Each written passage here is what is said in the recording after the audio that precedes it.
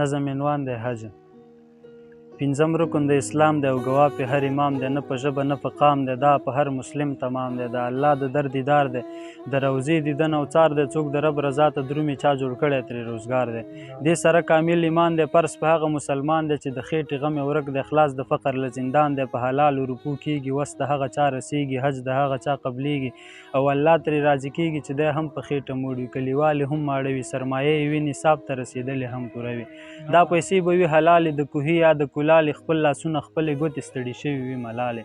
حج د بنګو په روپیو یا د چرسو په پټیو، د پوډرو له روزګاره یا شکولې د وي لاره، یا د وینو تجارت کې یا د سود له هر مداره. نه په داسې روپو نشي هسې ځان ستړی کول دي، د هندوانو عبادت دی خپلې ټنډې ماتول دي، نه رضا د الله نشته هسې نوم نامه کول دي.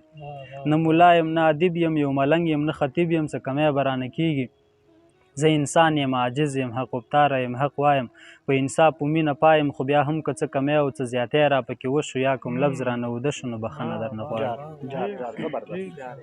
خو اوس حج هغسې نه دی، نه د فرضو په رقم دی، نه سنت ورته څوک وایي، نه واجب نه مستحب شو، نه خوشحاله ترېنه رب شو، هسې نوم شو منصب شو. د نامې لپاره حج دی، د حاجي په نوم مین دي، په حرامو روپو لاړه په بدنامو روپو لاړه، سودخواره لاړه حاجیان شو، ټول د مخې عالمان شو، د سرو وینو سوداګر و، د یتیم په غوښو سر و، د دې کونډو قاتلانو، د دې کړیکو تجارانو، هغه هم کعبې ته لاړه، دا منم کعبې ته لاړه، یو سودخور لاړو حاجي شو، یو ډم کعبې ته لاړه، د یتیم د قاتل څنګ کې اجړا سم کعبې ته لاړه.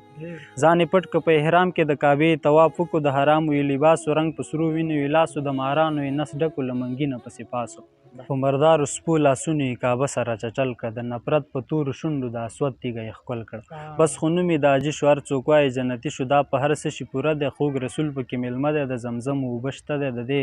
ځای ساتونکو واورئ کعبې ته غسل ورکړئ، دا درغلي تور لیوانو تش په شکل د انسانو، دا د ورونو قاتلانو سودخواره و ظالمانو، د الله در یې چټل که ځان ته خپله یې اور بل که، د پیسو تاوان یې وکړه صرف نوم یې پې بدل که،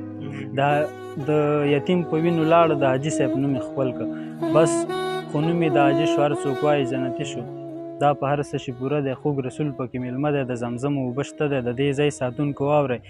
کعبې ته غسل ورکړئ، دا درغلي تور لیوانو تش په شکل د انسانو، دا د ورونو قاتلانو، د سرو وینو تجارانو، د الله در یې چټل که ځان ته خپله یې اور بل که، د پیسو تاوان یې وکړه صرف نوم یې پې بدل که، د یتیم په وینو لاړه د حاجي صاحب نوم یې خپل که، هر دیوال د کلي رنګ شو ښه راغلاست حاجي صاحبه.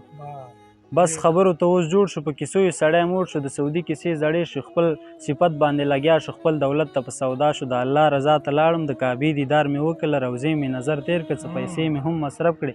ټک د مکر تسپید وکړې، بس سخا و ما وکړه. دا سخا دې ستا مرګی چې دا پیسې در پسې سخات شه، د ملا دا تیر دې مات شه، دا نظر دې خدای اوبه که، دا دیدار دې قبول مشه، ستا په چم کې غریبان دي بلها کونډې یتیمان دي،